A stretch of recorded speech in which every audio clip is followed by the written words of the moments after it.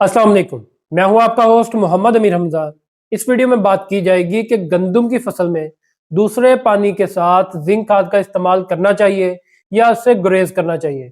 तो वीडियो में आगे बढ़ने से पहले मैं आपसे गुजारिश करूंगा कि अगर आप इस चैनल पर नए हैं तो इस चैनल को सब्सक्राइब कर दें ताकि आपको आने वाली मजीद वीडियोस भी वक्त पर मिलती रहे। काश्तकार भाइयों, गंदम की फसल में जिंक खाद बहुत ही मौसर किरदार अदा करती है और इससे फसल को बहुत ज्यादा फायदा हासिल होता है। अब इसका किरदार क्या है?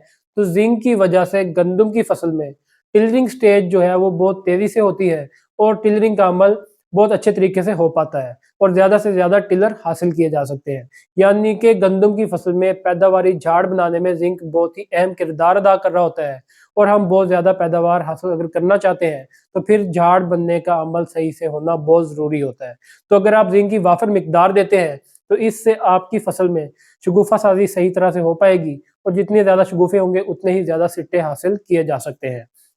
अब यहाँ पर सवाल ये है कि गंदम की फसल में जिंक खाद का इस्तेमाल सबसे ज्यादा फायदेमंद कब होता है और क्या गंदम की फसल में दूसरे पानी पर जिंक खाद को इस्तेमाल करने से फायदा होगा या इससे नुकसान भी हो सकता है। तो यहाँ पर इस बात को समझने की सबसे ज्यादा जरूरत है। जैसे कि मैंने आपको बताया कि जिंक का किरदार टिलरिंग में होता है, तो जो टिलरिंग स्टेज है वो गंदम में पहले पानी के बाद शुरू हो जाती है। जब आप गंदम में पहला पानी देंगे तो उस वक्त अगर आप जिंक का इस्तेमाल करते हैं तो फिर टिलरिंग का अमल बहुत ही अच्छे तरीके से हो पाएगा और उसका गंदम को सबसे ज्यादा फायदा हासिल हो सकेगा। लेकिन अगर आप किसी भी वजह से पहले पानी पर जिंक का इस्तेमाल नहीं कर सके और दूसरे पानी यानी कि 50 से 55 दिन के वक्त पर आप दूसरे पानी के साथ जिंक इस्तेमाल करना चाहते हैं तो इस बात को ज़हन नशीं कर लें कि उस वक्त तक टिलरिंग का ज्यादातर अमल मुकम्मल हो चुका होता है। बहुत थोड़े से टिलर उस वक्त बन रहे होते हैं।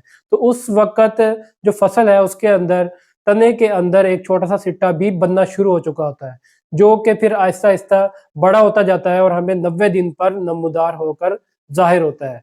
तो उस वक्त जो टिलरिंग का अमल है वो स्लो हो चुका होता है। तो जब आप दोबारा से जिंक इस्तेमाल कर देंगे तो टिलरिंग दोबारा से तेज होना शुरू हो जाएगी और जो जो लेट शगुफे बनते हैं वो फसल के लिए फायदेमंद होने की बजाय नुकसानदेह भी हो सकते हैं। इसलिए दूसरे पानी पर अगर जिंक का इस्तेमाल करना चाह रहे हैं तो बेहतर है कि दूसरे पानी पर आप जिंक का इस्तेमाल ना करें।